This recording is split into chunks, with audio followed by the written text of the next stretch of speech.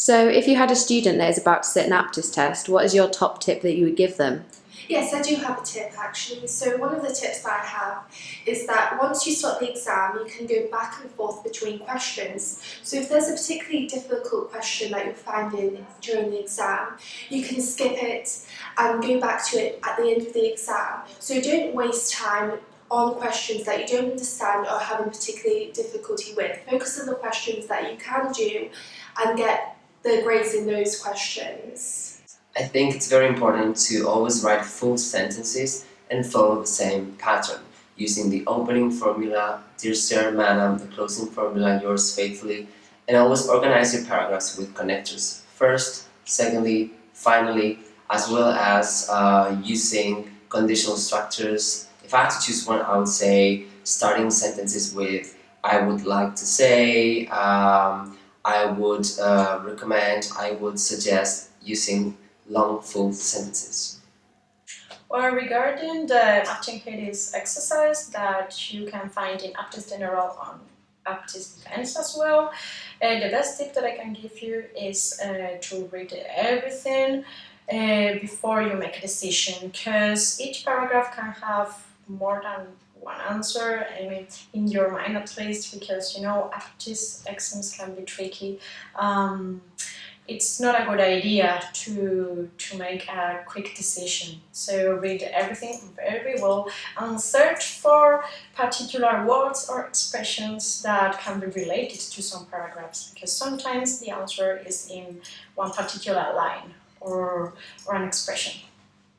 One very important thing to consider is the word limit. You don't need to write more words than is requested. That's not going to make you get more marks.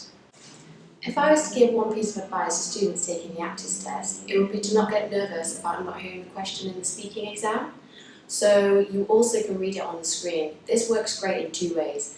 One, if you don't understand maybe what tense the question is, you can also read the question on the screen.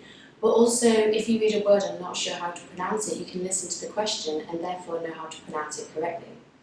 This allows you to answer the question in full and in the correct tense, and so you can get the grade that you have been aiming for.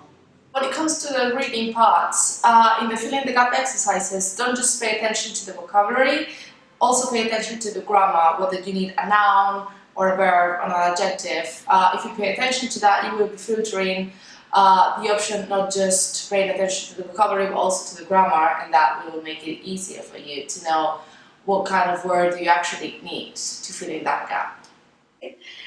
The most important thing to remember is that you are not penalized for giving wrong answers, alright? So always remember to attempt each and every question possible in the entire exam.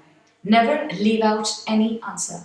For example, if it's listening, if it's speaking, or grammar, vocabulary, always remember, if you do not know the correct answer, there are various methods to select an answer.